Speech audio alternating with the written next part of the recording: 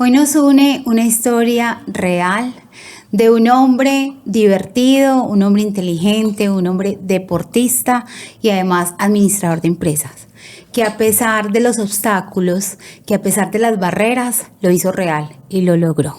Hoy en Tan Real como Santi. Santi, bienvenido. Hola Cata, ¿cómo estás? Súper bien, agradecido pues por la invitación, aportando pues con la disposición a este proyecto y dispuesto a responder y a que esto sea lo más real posible y genuino. A inspirarlo, como te lo decía. Este espacio tiene como objetivo que las personas que lo ven, que las personas que lo escuchan, si tienen un problema, si tienen de pronto una barrera para conseguir sus sueños, después de verlo diga, lo voy a hacer real, lo voy a lograr y voy con toda. Sí, total. Lo que tú dices es muy cierto. Las adversidades son consecuencias de la vida, pero no son el fin del mundo.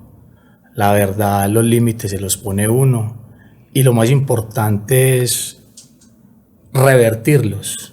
¿Cómo? A través de un proceso, dependiendo de la dificultad que tenga esa persona. Salir adelante a través de un proceso para adquirir una transformación. Sin él es muy difícil salir de esa adversidad porque vas a seguir anclado a, digamos, un pasado o algo que estés viviendo en el presente. Muchas veces eso va a condicionar tu futuro. Entonces es una bonita forma de aprovechar este espacio para inspirar a las personas a que no se den por vencidos. 30, 40, 50 años, los años que tenga, siempre hay una bonita forma para salir adelante. Entonces, nada. Santi, gracias por estar acá, de verdad que sí.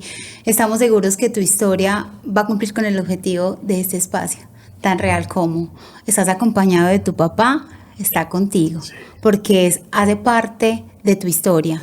Es un personaje muy principal, ¿cierto? Y nos vas a contar esto después, a medida que vamos desarrollando entonces tu historia.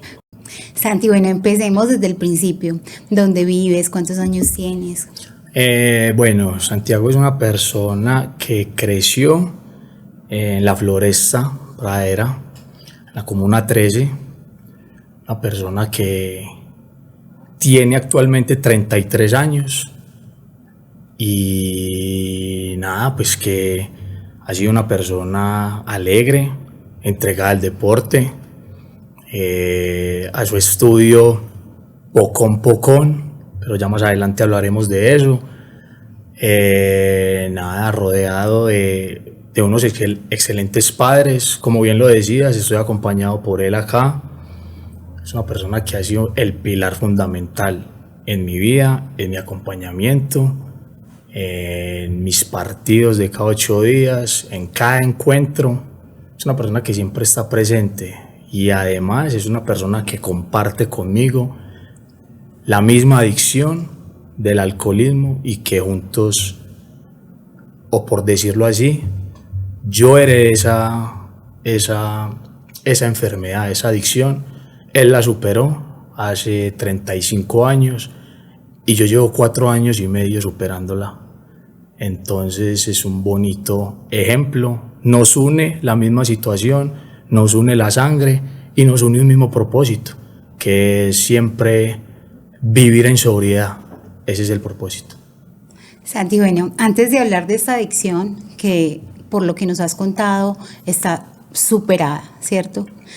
Hablemos de esa niñez. ¿Cómo fue la niñez de Santi? Bueno, me gustaría primero decirte que la adicción no es un tema ya superado, es un tema el cual se lucha constantemente para mantenerlo firme, determinante y mantenerse uno obviamente invicto. ¿Qué es invicto? Sin una gota de alcohol. Superado no del todo, digamos que en cualquier momento se puede evidenciar una recaída en cualquier proceso, ¿cierto? O asociándolo al fútbol para de pronto contextualizarlo con la gente que de pronto nos ve y no verlo sencillamente desde la enfermedad y la adicción. Aquel futbolista que se lesiona y tiene una recuperación de 6-8 meses, eso es una recaída para una persona. que juega fútbol o que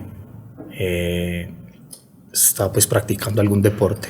En mi caso, la adicción, una recaída puede durar días, meses y años. Entonces, superado el tema de la adicción así que por completo al 100%, yo diría que eso es un principio sin fin, porque la enfermedad del alcoholismo, que es la adicción que presento en este momento y que sigo obviamente en recuperación, en la lucha, es una enfermedad que es para toda la vida. Yo puedo cumplir 10 años, 20 años, 30 años con mi enfermedad, pero yo nunca voy a decir, hombre, sí, ya la sé manejar, porque en algún momento la vida te presenta cualquier situación y es el proceso de recuperación el que te ayuda a decir, estoy bien puesto con los pies los pies bien puestos sobre la tierra y esta situación no me va a abrumar. Entonces, de ahí parte la recuperación que vos tengas y lo firme que vos estés en el proceso, dependiendo de tu programa de recuperación. Si ese programa de recuperación está sólido y bien estructurado, téngalo por seguro de que si yo ahora tengo alguna situación que me acongoje, no creo que me vaya a dar tan duro, no creo que me vaya a abrumar, no creo que me vaya a tirar contra las cuerdas, porque mi proceso de recuperación durante estos 4 años y medio ha sido totalmente sólido y ha sido totalmente fuerte. Entonces ese carácter y esa madurez hace que yo tenga, por decirlo así, como una coraza súper bien puesta para afrontar esas dificultades. Si yo no estuviera asumiendo un proceso de recuperación, tenlo por seguro de que cualquier situación me debilitaría moralmente, físicamente, psicológicamente y volvería nuevamente a revivir un pasado que ya está sepultado. El que estés aquí hace parte de ese proceso. Total, para mí la mejor terapia en cuanto a la adicción, al proceso de recuperación, a la sobriedad, que es el objetivo fundamental de un proceso de recuperación, la mejor terapia es interactuar de tu enfermedad con otra persona. En este caso, vos sos mi terapeuta. Conmigo y con todos los que estamos acá. Total. Y los que nos están viendo y escuchando. Entonces, lo mejor en un proceso de recuperación y lo mejor para cada persona, no sencillamente en un proceso de recuperación, de adicción o algo. Lo mejor en esta vida es hablar de uno y es lo que más le cuesta a las personas. Así es. Entonces, para mí esa es la mejor terapia y disfruto mucho este espacio. Qué rico. Antes era muy cohibido hablar de mi situación. Antes tenía un orgullo que no me permitía hablar de ella. Antes tenía, por decirlo así, como mi papá me decía, una máscara que me quité desde hace muchísimo tiempo. ¿Desde cuándo comenzaste esta adicción? Yo empecé la adicción como desde los 15 años. Tuve una vida compleja, no fue fácil. Creo que tuve una vida muy prematura. Viví cosas muy joven estando pelado. Digamos, por ejemplo, cuando tenía 15 vivía cosas que vivía un pelado de 30. Entonces fue muy ágil y muy rápido y muy veloz esa infancia, viviendo cosas muy aceleradas, a un ritmo casi que imparable. Y desde ahí empezó mi adicción por el alcohol. ¿Y tenías falencias en el hogar? Total, el alcohol y la adicción tuvieron muchas consecuencias en mi vida, en mi entorno familiar, de amigos, académicos. Todo afectó desde los 15 años hasta los 28 años que decidí aceptar mi enfermedad, porque es lo primero que uno debe de hacer, y esa es la humildad que vos conseguís en el proceso. No negarte a ella, no huir de ella, sino aceptar que estás enfermo, porque la adicción es una enfermedad. El vicio es algo que cualquier persona puede saber manejar, pero la adicción va mucho más allá de tu voluntad. La adicción es algo que daña hogares, que daña la felicidad de las personas, que hace daño, que hiere, que necesita de ayuda de un profesional. ¿Te acuerdas del día en que te tomaste ese primer trago y por qué te lo tomaste? No, yo creo que era muy niño. Era muy niño, tenía 15 años, uno vive de la manera más desenfrenada y alocada de este mundo. Y lo que sí recuerdo es que era con los parceros míos del barrio, que nos íbamos a rumbear a una discotequita que había por la casa. Incluso en esa discoteca mandamos a hacer el sello de la discoteca y entramos casi 3 meses gratis, hasta que nos pillaron y se dieron cuenta y ahí nos vetaron de esa discoteca.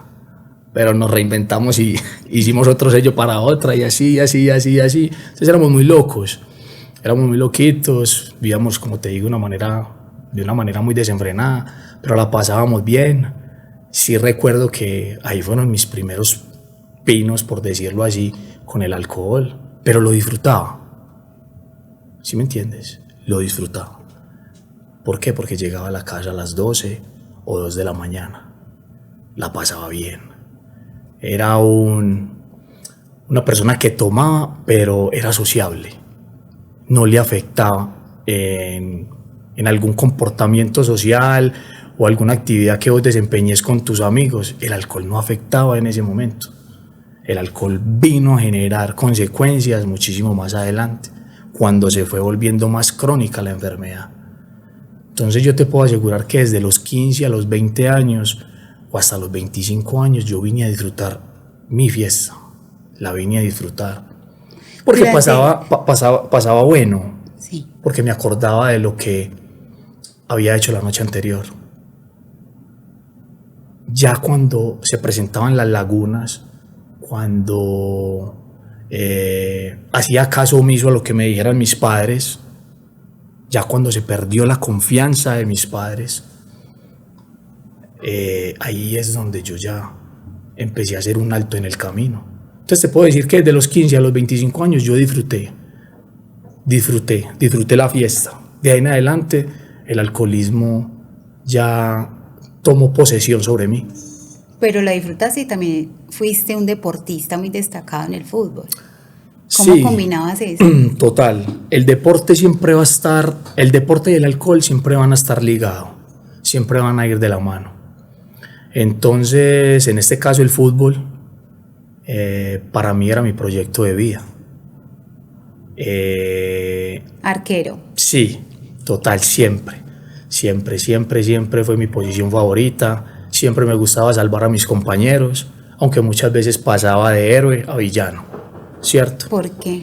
Por los señalamientos que hacían muchas veces cuando era pequeño, los padres de familia. Muchas veces decían que perdimos porque a mí me decían en el equipo Calero, perdimos por Calero, se dejó hacer este gol, no tenemos arqueros para el equipo, no tenemos quien nos respalde desde atrás. Vos cuando estás pequeño analizas esa situación, pero te guardas todo. Cuando ya tienes madurez mental, hablas como estás hablando ahora. Pero antes yo escuchaba eso, me quedaba callado. Que Calero es muy pequeño para esa posición. La verdad no lo podemos llevar a la ponifútbol. Me perdí el torneo más importante de los niños, que es la ponifútbol, por lo mismo, por estatura, porque prefirieron llevar a una persona de Urabá, creo, mucho más alta que yo. Recuerdo muy bien, eso fue en estudiantil. Entonces son esos momentos que a mí no se me olvidan, pero que pasan, son pasajeros, y que la vida me da la oportunidad de reivindicarme con otras cosas para ir borrando esas cosas tan oscuras que pasaron en ese momento. ¿Y cómo ha sido el acompañamiento de tu familia? Porque lo que nos cuentas de esa adicción, ¿cierto? Que ha sido tan intensa, sin embargo, sigues haciendo la tarea de esforzarte para continuar. ¿Cómo ha sido el apoyo de la familia? Bueno, el fútbol, como te decía ahora, y el alcohol siempre van a estar de la mano. Mi papá, mi mamá, mi hermano siempre han sido esos pilares fundamentales de mi familia, ¿cierto? Cuando yo tenía partido de fútbol un sábado, en mi enfermedad, téngalo por seguro que yo salía a rumbear un viernes, ¿cierto? ¿Por qué salía a rumbear un viernes? Porque mucho tiempo atrás tuve frustraciones que pesaron mucho en mi día a día y en mi vida. El no ser futbolista profesional fue una de ellas. Entonces hubo un momento cuando yo empecé en Río Negro, que es por decirlo así, el momento de lucidez deportivo mío que puedo presumir, porque era algo profesional. Cuando yo estuve en Río Negro, pasaron muchas cosas, muchas falsedades, muchas intrigas. Tenés que dar dinero para pertenecer al equipo. Si querés estar aquí 6 meses, tenés que dar tanto. Te vamos a poner a periodo de prueba, pero necesitamos un beneficio de tu parte. Entonces muchas veces pasaron ese tipo de situaciones. Yo lo veía, yo lo analizaba, pero no decía nada, porque mi proyecto era ser futbolista, ¿cierto? Entonces se acomoda uno a esas condiciones, buenas o malas, era tu sueño. Y eso es imborrable. Para donde vas. Entonces me adapté a esas condiciones, por decirlo así, y más sin embargo no se dio. Que por la estatura, que porque rumbeaba. Tomabas. Claro. Porque ¿Te afectaba eso en el desempeño? También me afectaba en el desempeño, que porque era muy notorio. Entonces una cantidad de cosas que impidieron ser futbolista profesional, ¿cierto? Y en ese momento yo no tenía la buena voluntad que tengo ahora. ¿Qué pensabas en ese momento del alcohol? En ese momento pensaba que iba a ser jugador profesional y que iba a rumbear las veces que yo quisiera y que iba a tener todo a mi favor y que no iba a tener ningún problema, absolutamente nada, que ya toda mi vida estaba solucionada. Eso piensa uno cuando uno está en ese momento. Es una manera como de llegar al éxito, pero no saberlo manejar. Yo creo que yo hubiera sido una persona, donde yo hubiera sido una persona exitosa, hablando aquí hipotéticamente, donde hubiera sido una persona exitosa en cuanto al fútbol, no sé si me hubiera pegado bien la fama o me hubiera pegado mal. ¿Por qué? Por el cuadro que yo tenía de mi enfermedad. ¿Cuántas veces tomabas? A ver, desde los jueves hasta los domingos. Y si era festivo, empataba el lunes. Así tuvieras partido. Así tuviera partido. Así tuviera partido, tomaba de manera desenfrenada. En la universidad, después de los partidos, en las reuniones familiares, las salidas con mis amigos. Para todo había un pretexto para tomar. Siempre tenía que haber una cerveza o un trago de por medio. Ahora la vida cambia. Ahora hace 4 años y medio, ya cada reunión, ya cada espacio con mis amigos, ya cada espacio con alguien, con una persona que esté compartiendo o cualquier reunión, ya el que hace parte ahí de mí es un buen café, ya no es el alcohol. Y me di cuenta que para compartir, para departir, para interactuar, para disfrutar de un ambiente con personas, no es necesario tomar, no es necesario el alcohol. Entonces, nada, el alcohol sí generó muchísimo impacto, mucho impacto. Podríamos decir que por el alcohol no trascendiste en el fútbol. Creo que también fue una fisura en mi proceso. Eso fue una lesión en mi proceso. El alcohol me ocasionó mucho daño para trascender. No afectó en mi rendimiento, porque la verdad, así fuera en Guayabado, a mí me iba bien. A mí me iba bien, la verdad. Pero no es muy alentador decir eso para las personas que de pronto nos ven, ¿cierto? Porque, no, entonces yo voy a tomar y voy a ir a jugar. No, no es el deber ser. Para ser futbolista, si te apasiona, debes de anular 100% el alcohol y las fiestas de tu vida.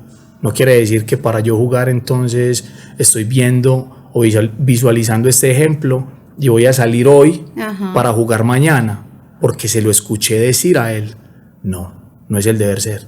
Yo soy un error de ese experimento, de que tomar antes de un partido es bueno. No, me iba bien, sí, pero no es bueno y no es el deber ser del proceso. Hay que alejarse de todo.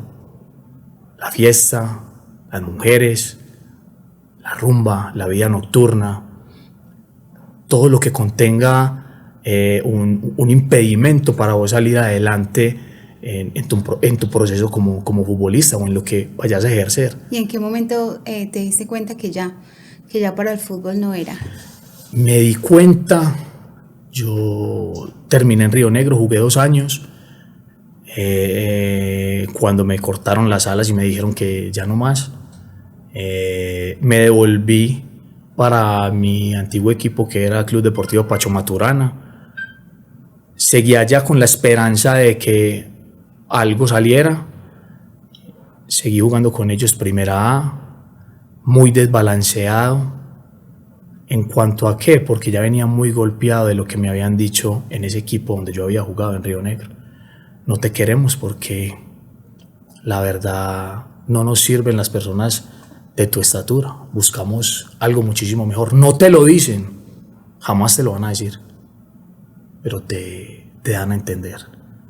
¿Eras consciente que el alcohol también había...? También ponía un grano de arena, pero yo creo que donde hubieran sido un poco más honestos conmigo en cuanto a eso y me hubieran dicho las cosas reales, y las cosas yo pienso que en la vida uno las debe de confrontar y uno no debe a las personas hacérselas saber. Yo pienso que uno tiene que hablar, yo pienso que uno tiene que confrontar. No nos gusta esto y esto y esto de vos, pero tenés muchísimas condiciones. ¿Por qué no mejorarlas? Si es un trabajo en equipo, como lo llamamos, que es el fútbol, en ese momento yo no sentí trabajo en equipo ni trabajo colectivo. ¿Y esa decepción te llevó a ese fracaso me llevó a refugiarme muchísimo más en el alcohol. Como que vos debes de entender que ya no haces parte del equipo, de que ya el fútbol para vos no es una herramienta para salir adelante. Entonces eso me llevó a refugiarme muchísimo más en el alcohol y se volvió mi amigo.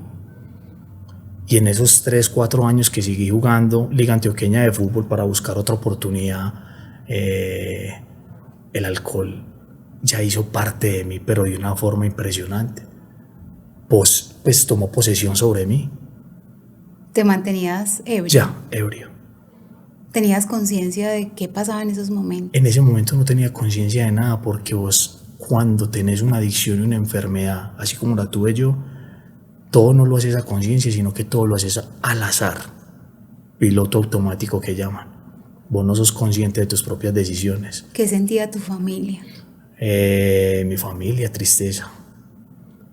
Porque no había un norte, no había un rumbo de Santiago. Sabían que él estaba cumpliendo, pero no estaba cumpliendo al 100%. Para mí cumplir hoy al 100% como jugador de fútbol profesional es llegar a los partidos sobrio. Y yo llegaba en un 50%. Entonces la decepción que ellos sentían, yo sabía cuál era. Porque yo arrancaba desde mi casa con tufo y lo trataba de contrarrestar con tomate, me acuerdo muy bien, con tomate, con enjuague bucal, con tinto, Alka-Seltzer, de todo. Y nada, el alcohol tomó posesión sobre mí, como te digo. Me aquebrantó totalmente. ¿Recuerdas de pronto un momento de donde viste a tu familia quebrantada por esa adicción que tú tenías? Sí, muchas veces por llamadas de mi mamá a altas horas de la noche, con agonía, insomnio, no podía dormir, 2, 3 de la mañana yo no había llegado, y lo normal es que un pelado como yo estuviera a las 12 de la noche en la casa, ¿cierto? Lo normal. Entonces, mi papá en ese tiempo trabajaba en la Clínica Las Américas, ¿cierto? Y él estaba de turno, y a las 2, 3 de la mañana él estaba despierto en la clínica y me llamaba. Y yo no le contestaba porque yo ya sabía para qué era. 1, 2, 3, 4, 5, 20 llamadas perdidas. Y yo estaba en la mía porque no era consciente del dolor que le estaba generando a mi mamá. O sea que yo en ese tiempo era la persona menos empática de ese mundo. Entendía lo que estaba viviendo mi mamá, pero más no lo comprendía. Ahora lo comprendo.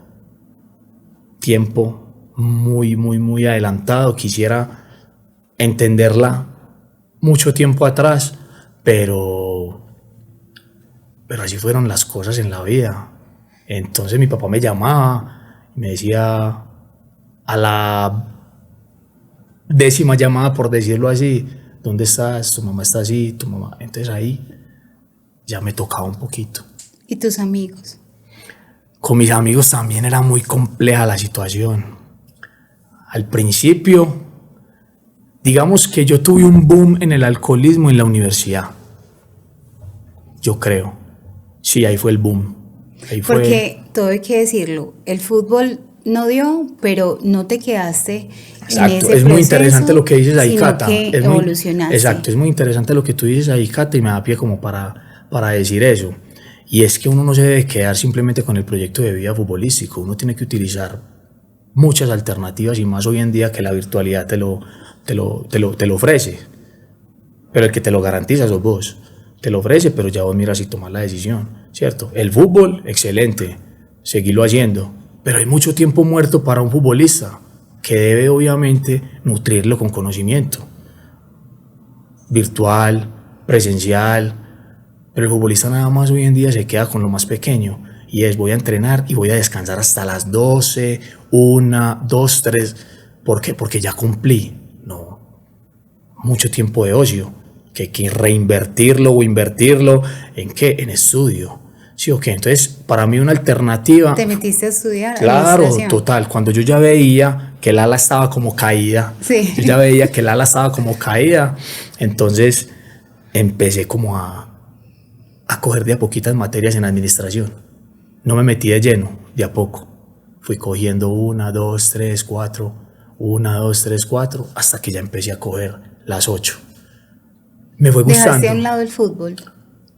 No lo dejé tan de lado, porque seguí jugando con la universidad, pero yo ya sabía que cuando me vinculara a la universidad como futbolista, yo ya sabía que no era por un sueño, sino que ya era por diversión. También fue una decisión que me costó, porque yo ya no le estaba apuntando a lo que yo quería, ¿cierto?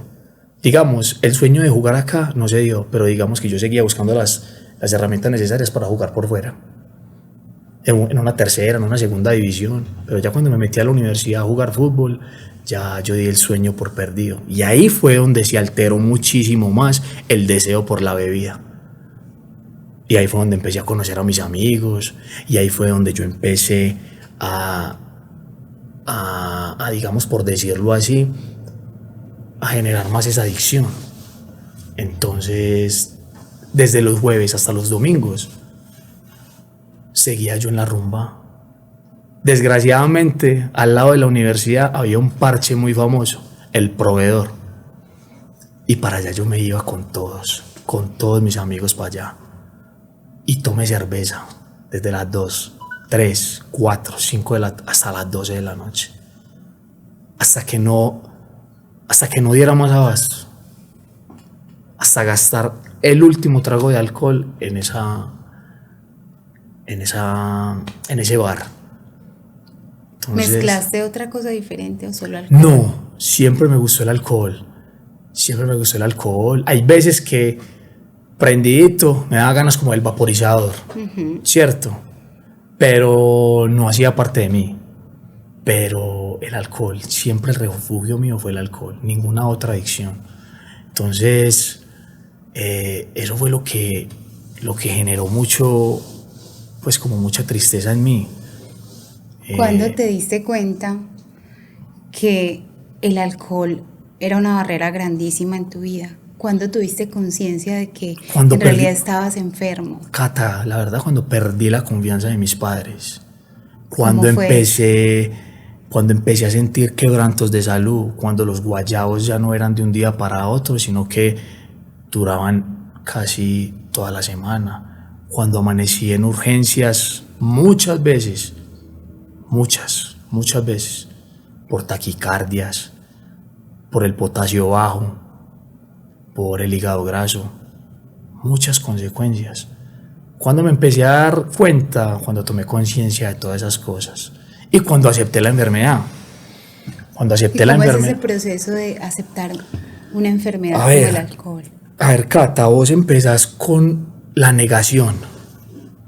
Negar que vos tenés una enfermedad. Y empezás con una cantidad de obstáculos y a crear una cantidad de estrategias y de excusas para evadir la enfermedad, y empezás a negarlas, a negar y a negarte a que vos tenés una enfermedad. Ya cuando vos vas viendo que el tema sí es de fondo, cuando vas viendo que se va perdiendo la confianza de tus padres, cuando vas viendo que ya estás amaneciendo, ya estás amaneciendo en las fiestas hasta las 6, 7 de la mañana, cuando antes era hasta las 2 que las disfrutaba, cuando ya vas viendo que al otro día estás en urgencias, cuando ya vas viendo que los quebrantos de salud son muy notorios, cuando ya vas viendo que el cuerpo te va cobrando, porque empecé a sentir muchas lesiones, como que la vida o Dios queriéndome decir, disfrutaste mucho, tomaste mucho, pero ahora necesito que te levantes por intermedio de esta señal. ¿Y cuál fue la señal? Porque entonces... ¿Algo en particular? ¿O simplemente te levantaste y dijiste, hoy es el día de... La señal es un fondo que vos tocas. Esa es la señal. La señal es un fondo que vos tocas y desgraciadamente fueron muchos fondos los que toqué. Incluso hace poquito toqué uno, que tuve una recaída. Y ese me estoy levantando de él. Una recaída que duró un mes. Duró un mes una recaída y me estoy levantando de él. ¿Cuál fue el fondo? Un accidente de tránsito. En el carro. Por ir en una contravía. ¿En estado de alcohol? No en estado del todo de embriaguez. Me había tomado un cóctel. Y ese cóctel fue la gota que rebosó la copa. Entonces mira que lo que hablábamos ahora, un proceso superado, no es un proceso superado. Van a haber quebrantos en cualquier momento. Si una persona con adicción no tiene procesos de recaída, es porque quizás nunca tuvo una adicción. La recaída puede pasar, pero no se puede normalizar. Que un día estoy así, otro día estoy así, otro día estoy así, otro día estoy así, no puede ser. Pero puede pasar, porque el proceso no siempre va a ser lineal. El proceso no siempre va a ser lineal, ¿cierto? Entonces, ¿qué pasa? Toqué fondo en un accidente de tránsito hace poco. ¿Es la primera vez que tomaste la decisión de enfrentar esa enfermedad? Sí. ¿El paso a seguir fue cuál? Buscar ayuda. ¿Hablaste con tus papás? Sí, claro. Total. ¿Cómo fue esa respuesta? Es muy charro, porque hicimos muchos intentos. Cuando yo llegué la primera vez, mi papá lleva 30 años, como alcohólico recuperado, ¿cierto? Y empecé a hacer la historia de él, o a vivir la historia de él, y empecé yendo a Alcohólicos Anónimos. No me gustó, lo descarté. Fondos demasiado profundos, fondos demasiado tesos, que no sé, por decirlo así, que no me generaban a mí como escucharlos y presentar un cambio, porque lo mío no era tan severo. Pero entonces allá me di cuenta de unas cosas impresionantes, que si yo no tomaba las riendas del asunto en ese momento, iba a llegar allá. iba a llegar allá. Entonces decidí empezar a ir con él, Alcohólicos Anónimos. ¿Con tu papá? Sí, claro, los dos. Me acuerdo muy bien, en la América. Empezamos ahí, a ir. Mi mamá a veces nos acompañaba, hasta mi hermano. Entonces todos hemos sido partícipes de este bonito proceso. ¿Y qué sentías al ver que tus papás estaban ahí? No, no, una satisfacción enorme, más que dolor, satisfacción, de que son las únicas personas genuinas en esta vida y que van a estar con vos hasta la muerte, reales. Son las únicas personas que van a estar ahí. Así es. Nunca recibí una llamada de un amigo para que me acompañara a Alcohólicos Anónimos. Todas las llamadas que yo recibía era sencillamente para tomar alcohol o para parcharnos. Aunque yo muchas veces también era el que iniciaba la logística. ¿Cierto? Pero entonces mis padres siempre estuvieron en ese acompañamiento. Ellos fueron los únicos reales de este asunto. Y no se han rendido. No se han rendido. Jamás se han rendido. Antes esta situación mía los ha llevado a comprender muchísimo más mi enfermedad.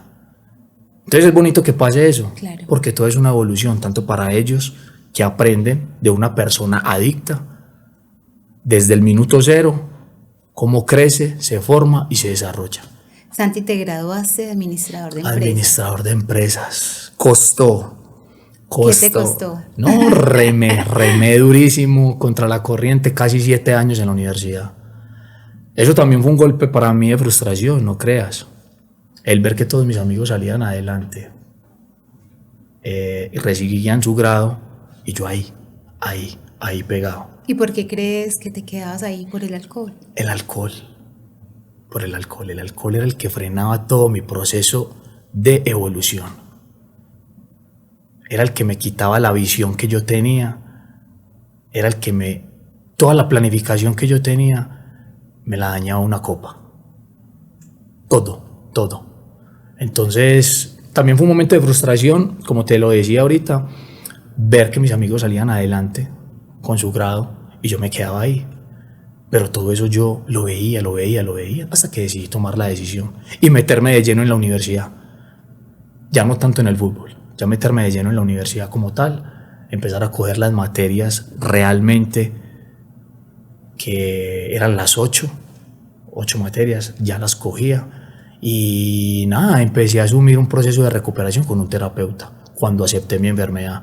Te decía que era charro porque la primera vez mi papá llegó y me dijo, ya necesitas ayuda. Y yo, sí, claro, pa, yo sé que la necesito, pero le voy a dar una espera. ¿Cuál era la espera? Otros días más de fiesta, ¿cierto? Entonces yo postergaba la recuperación. Seguía postergándola hasta que llegué y le dije una vez, pa, yo creo que ya. Y me llevó con mentiras. Me llevó con mentiras. Trampitas de sí, amor. me llevó con mentiras. Allá vamos a ir donde un psicólogo. En Sporty. Me acuerdo muy bien, en Ciudad del Río.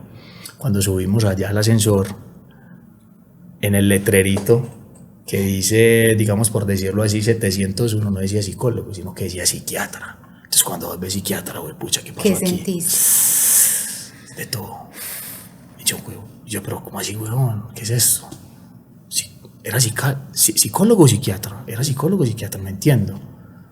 Entonces se formó una pelea con él ahí. Ahora me río de eso. ¿Por qué?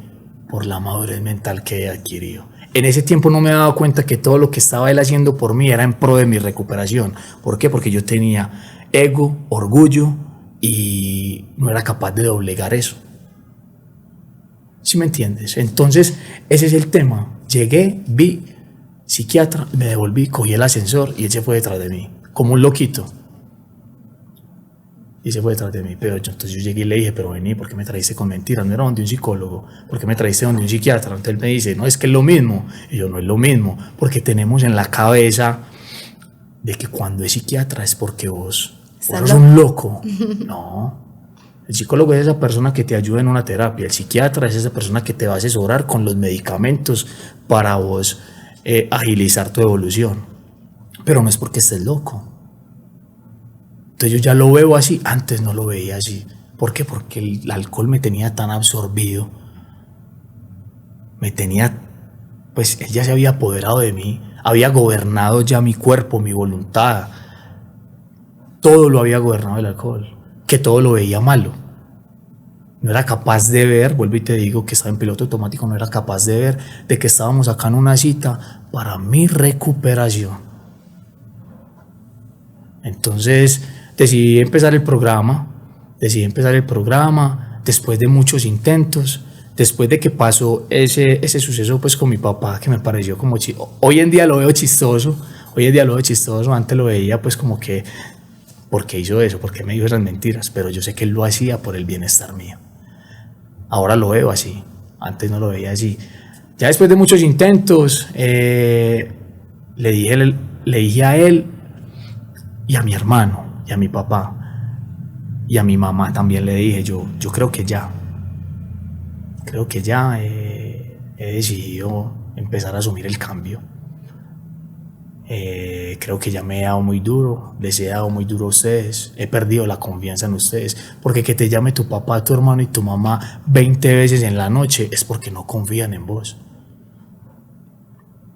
Y empecé ese programa de recuperación, me asesoré con un terapeuta muy bueno, empecé con Jorge Mario Rubio, que es una persona a la que le he agradecido y le agradezco todo lo que ha hecho en mi vida, porque me ayudó a iluminar nuevamente mi vida y a recuperar mis pasiones y a vivir en abstinencia, pero feliz, contento.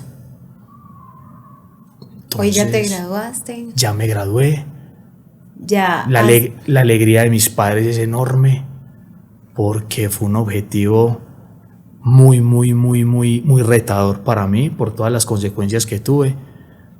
Y ya estoy viviendo la vida que yo quiero, Cata. Cierto, antes sentía que iba sin rumbo, ahora siento que la vida que estoy viviendo es demasiado alentadora, ya me esperan cosas nuevas, ya... ¿Con qué sueñas hoy? ¿Con qué sueño, Cata? Primero que todo, con la tranquilidad de mis padres, porque los dolores de cabeza fueron tremendos. Entonces con eso sueño. Pienso que en vida hice algo muy importante y real, que es recuperarme y tomar las riendas y aceptar esta adicción. Creo que si en algún momento ellos faltaran y yo estuviera todavía refugiado en el alcohol, me pesaría casi que el triple, porque no vieron en mí un cambio que los hiciera dudar a ellos de que, hombre, Santiago sí puede. Así es. Ahora, lo lograste. Sí, total. Lo hiciste real. Total, lo hicimos real y eso es lo que verdaderamente importa y lo que verdaderamente genera impacto.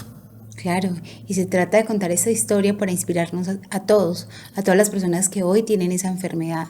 Y tú eres muestra de que se puede lograr, que se puede hacer real. Total, Cata. En este espacio tenemos un microespacio que se llama Preguntas rápidas para respuestas rápidas. Sí. En una palabra, define a tu papá.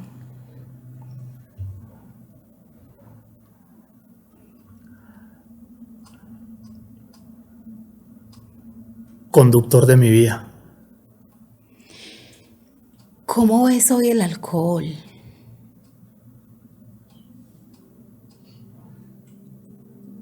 Con felicidad. ¿Por qué? Porque me enamoré del proceso. Que seguramente te arrepientes de muchas cosas, pero ese recuerdo que te tenga marcado.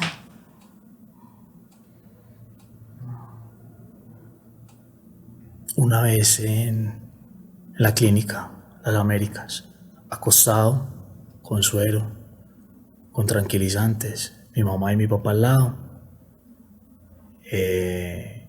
diciéndoles que ya no más, que hasta acá había llegado con el alcohol, que no quería verlos más así.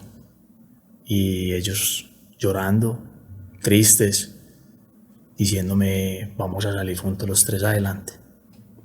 Algo que nunca le dijiste a tu mamá y hoy, mirándola de frente, le quisieras decir. No, que que me perdone por todos los ratos amargos que le ocasioné en su momento, pero que ahora estamos contrarrestándolos con esta felicidad que estamos viviendo juntos en este proceso. Entonces que me perdone por eso, pero que ahora disfrutamos de esta sobriedad juntos, en familia, y hemos tratado de borrar ese pasado tan gris con un presente que nos está como dando un abracito bonito y caluroso para seguir adelante. ¿Qué le falta a Santiago para salir de esa enfermedad? Evitar permisos, permitirme muchas cosas. Cuando vos estás en esa enfermedad, te permitís salir, estar tentado al alcohol, visitar los lugares que frecuentabas antes, poner límites. Eso le falta a Santiago, poner límites en cuanto a ese tipo de permisos que pueden detonar una recaída. Un mensaje para todas las personas que como tú hoy tienen una enfermedad y no han decidido combatirla. Cata, pues reconocer es sinónimo de humildad. Yo pienso que la humildad hace grandes personas. Y si uno se quiere transformar, uno tiene que aceptar que hay algo que puede más que uno. Y eso que puede más que uno debe de atacarlo con un bonito proceso.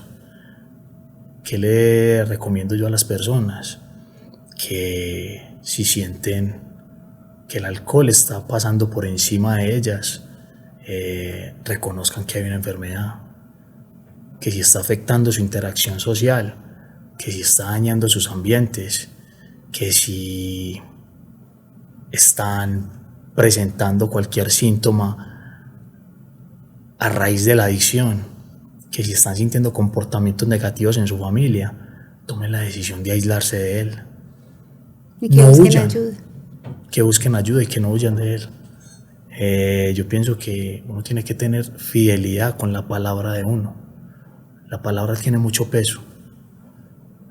Y eso es lo que lo hace a uno real y genuino. Ser fiel a la palabra. Yo decidí aislarme de él. Y acá sigo en ese camino. O sea que si tengo una recaída no es que esté faltando a mi palabra. No.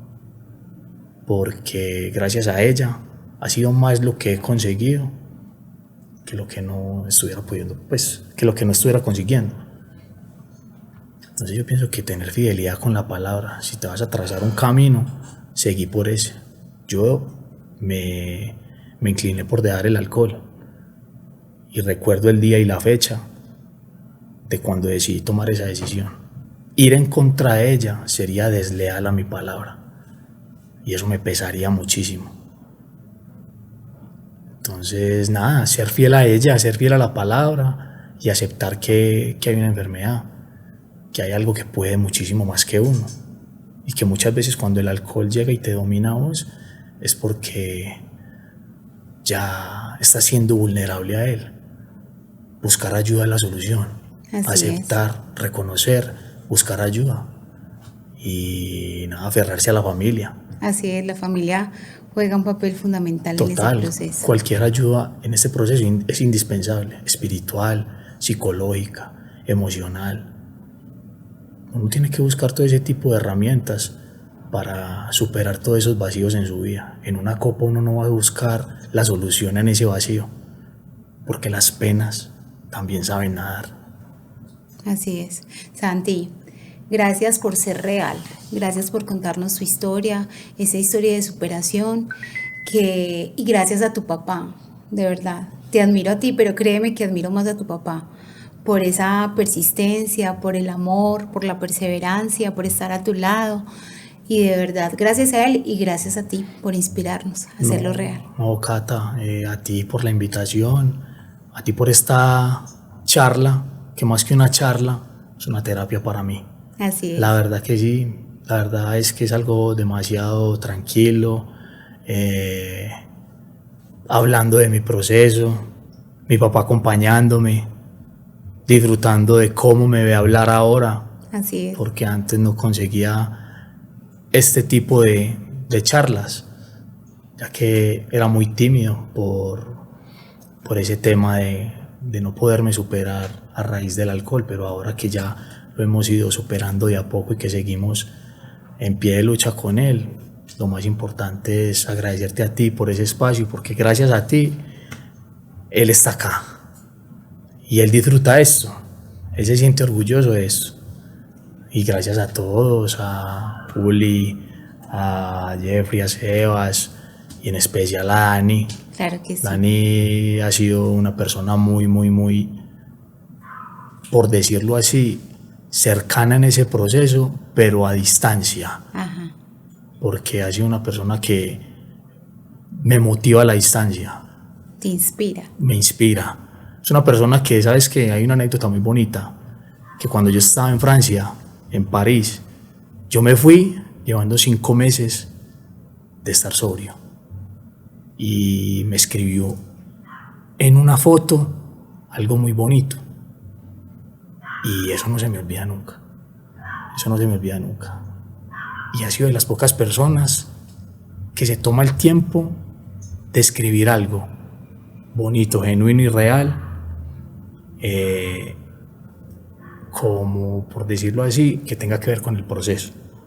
Y me dijo algo muy bonito, muy inspirador, que me llegó estando por allá. Y yo, hay gente que verdaderamente vale la pena. Entonces agradecido con él también por eso, Sí. porque muchas veces converso con él por el Instagram, me dice cosas muy alentadoras. Y esas cosas alentadoras son las que te inspiran a seguir adelante. Así es, personas reales para personas reales como tú. Muchas gracias, Cata. Gracias a ti. Si usted está viviendo este problema, si usted está viviendo esta enfermedad, pues inspírese y hágalo real. Más historias reales aquí en Tan Realco.